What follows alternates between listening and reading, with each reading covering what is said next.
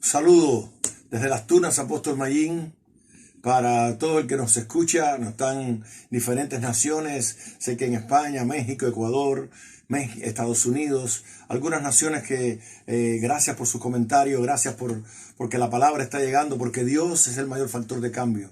Quien está en Dios tiene que cambiar. La Biblia dice que el pueblo de Israel en el 1 de Samuel fue a una batalla en contra de los filisteos.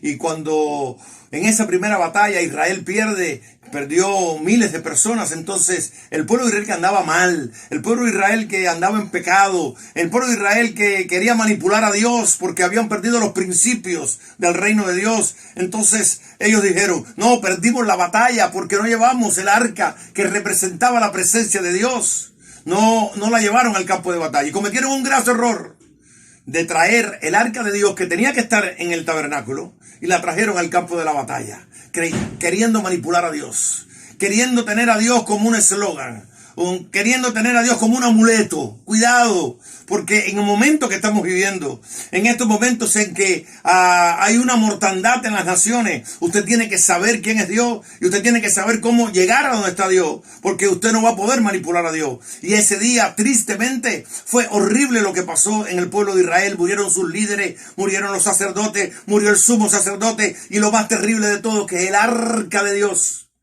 la presencia de Dios, cayó en manos de los filisteos. Y los filisteos, que pensaban que podían manipular a Dios como a sus dioses, como a sus falsos dioses, entonces vino una mortandad en las 5 ciudades fundamentales de los filisteos. De tal manera que cuando llevaba un tiempo el arca, en una ciudad se la pasaban a la otra, y a la otra, y a la otra, porque hubo una mortandad terrible. Y entonces ellos dijeron, nada, tenemos que sacar el arca y tenemos que devolver el arca a Israel, porque si no, el Dios de Israel nos va a matar acá a todos nosotros. Y dijeron, bueno, pues vamos a pasar. Y el arca pasó entonces al territorio de Israel. Y cuando pasó el territorio de Israel, el arca, dice la Biblia, acá en el 1 de Samuel, capítulo 7, vinieron los de Kiriat Jearim y llevaron el arca de Jehová y la pusieron en la casa de Abinadab. Y dice la escritura en el 2º versículo, desde el día que llegó el arca, pasaron muchos días, 20 años a toda la casa de Israel, en pos de Jehová, y toda la casa de Israel lamentaba. ¡Qué triste! Israel sin presencia de Dios. Usted sabe lo que es un hombre sin presencia de Dios. No vales nada sin la presencia de Dios. ¿A dónde vas a ir sin la presencia de Dios? ¿A dónde vas a ir si Dios no está contigo? La Biblia dice, Jesús dijo, sin mí nada podéis hacer. 20 años sin Dios. 20 años sin el Todopoderoso. Y lo único que hacían era lamentarse. ¡Qué terrible! Dios no lo vas nunca con lamentos. Vas a hacer que el reino baje, que su presencia descienda. Nunca va a tratar de recibir algo si tú te quejas, si tú te lamentas. Dios tiene una sola manera de llegarte a Él, por alabanza y por adoración. Entonces, después de 20 años que nadie se preocupó, hubo un hombre que tenía un corazón para Dios. ¿Tendrás tú un corazón para Dios? ¿Tendrás tú en este tiempo el deseo de llevar la presencia de Dios a tu casa? Ese hombre se llamó David, y David dijo, voy a llevar el arca de Dios a mi casa. Yo soy el primer ministro de Israel, yo soy la figura más relevante, pero yo no puedo gobernar sin Dios. Y que desde David cogió el poder, dijo, yo tengo que llevar el arca de Dios a mi casa. ¡Qué tremendo! Y comienza esta historia de llevar el arca de Dios a la ciudad de Jerusalén, a la ciudad del gran rey, porque el arca era el gobierno de Dios que iba a estar establecido en Jerusalén. Y dice que se levantó David y partió de Bala con todo el pueblo y traía consigo para hacer pasar allí el arca, sobre el cual él invocaba los querubines que guardaban el arca. Y pusieron el arca sobre un carro nuevo y lo llevaron a la casa de Abinadab, que estaba en el collado de Uza, y los hijos de Abinadab guiaban el carro nuevo. Y cuando lo llevaban de la casa de Abinadab, que estaba en el collado, con el arca de Dios, Ahío iba delante del arca. Y David y toda la casa de Israel danzaban de delante de Jehová con toda clase de instrumentos. David sabía que Dios era Dios de alabanza y la oración, que lo único que podía recibir Dios, David fue un hombre que se adelantó a su tiempo. Entendió que no eran los animales, que no era el sacrificio de cordero, que no era el sacrificio de paloma, que era la alabanza que sale de tu boca, que es la de un corazón contrito y humillado que se levanta delante de Dios, que es el sacrificio de alabanza lo que le agrada a Dios cuando aún no estás en tu mejor tiempo y alabas al Señor y estás en tu casa y cantas y glorificas a Dios y no te quejas. Entonces David dijo, voy a traer el arca. Pero cometió un gran error, que fue copiar lo que hicieron los filisteos. Los filisteos no conocían a Dios. Y los filisteos dijeron, vamos a ponerle un carro nuevo. Pero David, el pueblo de Israel tenía instrucciones. Entonces hay un hombre que se llama Usa.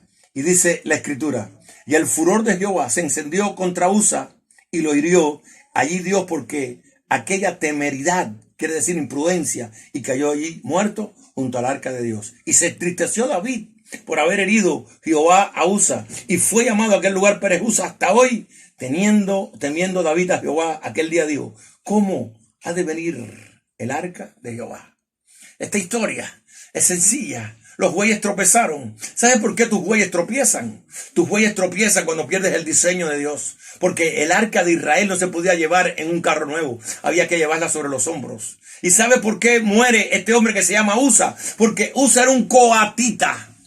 Y el pueblo de Israel tenía 3 grandes familias que atendían el tabernáculo. Tenía la de Merari, la de Gersón y la de Coat.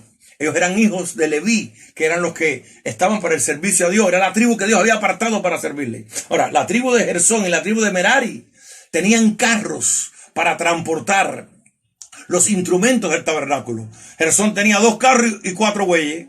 Merari tenía 4 carros y 8 bueyes. Pero a Coat no se le dio ningún carro. Este hombre no sabía trabajar con carros, porque él no estaba encargado de hacer eso. Él no podía tocar el arca. Los que estaban para tocar el arca era la tribu de Merari.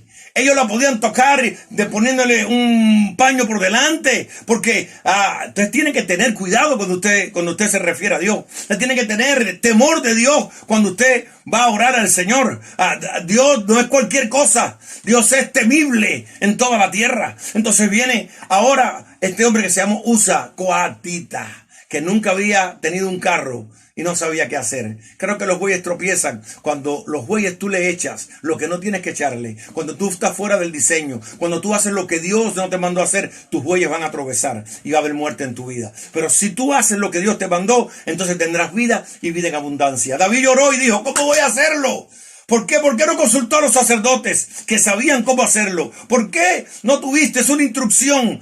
Tú sabías que a Dios se alababa porque tenías esa revelación, pero tal vez no tenía la otra. Hay veces que no nos sabemos todo y necesitamos de otros que nos ayuden. Entonces, cuando esto pasa, David se lamenta, David llora y teme y dice, no, voy a parar. No puedo traer el arca de Dios. Lo voy a dejar ahí porque mañana sigo con este tema. Pero para continuar esto, quiero decirle que en momentos en que estamos, en momentos en que hay una mortandad sobre las naciones, en momentos que el ángel de la muerte se está parando. Hubo una vez un juicio en Israel. Y ese juicio era porque Israel se había ido a la idolatría completo. Esto parece que es Ezequiel capítulo 9. Y dice que Dios le dijo a 6 hombres. 6 es número de hombre. Aquí 6 varones venían en camino a la puerta de arriba, que mira al norte, y cada uno traía en su mano un instrumento para destruir. Pero había un 7º varón, un varón vestido de lino, el cual traía en su cintura un tintero de escribano. Y entrado, se pararon junto al altar de bronce de juicio. Había juicio sobre Israel. Hoy hay juicio sobre las naciones. Y la gloria del Dios de Israel se elevó por encima del querubín, sobre el cual había estado el umbral de la casa. Y llamó Jehová al varón vestido de lino que tenía en su cintura el tintero de escribano, y le dijo Jehová, pasa por en medio de la ciudad, por en medio de Jerusalén, y ponle una señal en la frente a los hombres que gimen y que claman a causa de todas las abominaciones que se hacen en medio de ella. Y a los otros dijo, oyéndolo yo, pasad por la ciudad en pos de él, y matad, y no perdone vuestro ojo, ni tenga misericordia. No sé si entiendes, pero no es muy difícil. Hay 6 hombres que salieron, 6 ángeles guerreros, a matar a todo el mundo. Pero cuidado, porque antes había pasado uno con vestido de lino, vestido de sacerdote, que ponía una marca para que los que estaban marcados no se podían tocar. O sea, Dios siempre ha guardado a su pueblo en todo tiempo. Y en todos los lugares, siempre Dios ha guardado a su pueblo. Y ese era un ataúd parecida que era una tau, que era la última letra del alfabeto hebreo. Es decir, se estaba cerrando un ciclo en ese momento. ¿Sabes qué? Pero era una marca espiritual. ¿Y sabes qué tenía la marca? A los que clamaban y gemían. ¿Estarás tú orando por las naciones de la tierra? ¿O estarás orando solamente por tu reinito y por tu familia? Y por los que están contigo. Nuestra iglesia está orando de 10 a 11 de la noche. Mañana tenemos ayuno. Todos los jueves y los viernes tenemos ayuno en nuestras casas. Estamos buscando a Dios. Estamos clamando por las naciones. Estamos orando por España. Estamos orando por Francia. Estamos orando por Italia. Estamos orando por Estados Unidos. Estamos orando por nuestra nación. Porque hoy estamos orando por las naciones de la tierra. Pero la marca que tenía, la marca que hacían, era una marca espiritual. ¿Sabes lo que quiero decirte? Que nadie más la veía, sino era en el espíritu. ¿Sabes? Los ángeles la veían, los demonios la veían y el diablo la veía. No sé cómo te vistes, pero esto no es problema hoy de cantar. Esto no es problema hoy el problema es que el diablo sabe quién tú eres en lo espiritual. Tú puedes engañar al hombre, tú puedes engañar a tu pastor, tú puedes engañar a los que están, te puedes vestir bonito, puedes cantar, puedes predicar, pero si tú no estás marcado con esa marca que puso Dios, vas a tener problemas, porque Dios sabe cuáles son los de él, porque son los que tienen corazón contrito, porque son los que andan correctamente, porque son los que quieren agradar a Dios, porque son los que se arrepienten de su pecado, porque son aquellos que definitivamente, ¿sabe? Tienen algo para darle a Dios. Por eso, hoy, en el nombre de Jesús, yo te estoy llamando a que tú arregles tu vida, a que entiendas que el Dios de Jacob solamente va a defender a los que están hoy en sus caminos. ¿Sabe que te digo algo? Los bueyes tropezaron porque los bueyes se fueron, porque te fuiste del diseño, porque la gente se va de lo que cargan del Señor. Termino con esto ahora. El reino de Dios fue instaurado cuando Cristo vino a esta tierra. ¿Sabes qué? Jesús hizo una oración importante. Nos enseñó una oración. Dijo, Padre Santo que estás en los cielos, santificado sea tu nombre, venga tu reino. Desde ese tiempo, el reino de Dios está acá. Hoy tenemos que manifestarlo. Pero el reino de Dios es la oración de guerra espiritual más grande que se ha soltado sobre esta tierra. Porque cuando el reino de Dios viene a ti y a mí, cuando tú estás metido en el reino de Dios que viene del cielo a la tierra, que se extiende, el cielo se extiende a la tierra, que une al cielo con la tierra. En el cielo no hay enfermedad, en el cielo no hay pobreza, en el cielo no hay miseria, en el cielo no hay alcoholismo, en el cielo no hay droga, en el cielo no hay absolutamente nada. Entonces cuando el reino llega, entonces Dios está diciendo a la gente de esta tierra, cuando llega el reino, entonces se acabaron los alcohólicos, se acabaron las tabernas, se acabaron los homosexuales, se acabó el lesbianismo, se acabó el pecado, porque el reino se ha establecido y tiembla la tierra, porque el reino se está establecido. Termino diciéndote lo que en Mateo capítulo 6 Jesús habló cuando dijo, ¿y quién de vosotros podrá, por mucho que se afane, añadirá a su estatura un codo? ¿Quién podrá afanarse? Y por el vestido, ¿por qué os afanáis? Considerad los lirios del campo, cómo crecen, no trabajan ni hilan. Pero os digo que ni aun Salomón, con toda su gloria, se vistió como uno de ellos. Y si la hierba del campo, que es hoy y mañana se echa en el horno, y Dios la viste, ¿no hará mucho más a vosotros, hombres de poca fe? No os afanáis, pues diciendo, ¿qué comeremos o qué beberemos? Porque el reino de Dios no consiste ni en comida ni en bebida, sino en justicia, paz y gozo en el Espíritu. Entonces dice Mateo 6, buscad primeramente el reino de Dios y su justicia, y todo lo demás será añadido. Voy a decir algo. Viene un hambre grande para Cuba. Viene un momento difícil para Cuba. Después que pase todo esto, hay una sequía grande. Hay un momento difícil para la nación. Pero si tú estás en el reino de Dios, tú tendrás la provisión que tú necesitas para el cada día. Porque Dios siempre te va a dar el cada día. Bendigo tu vida, bendigo la vida de tu familia.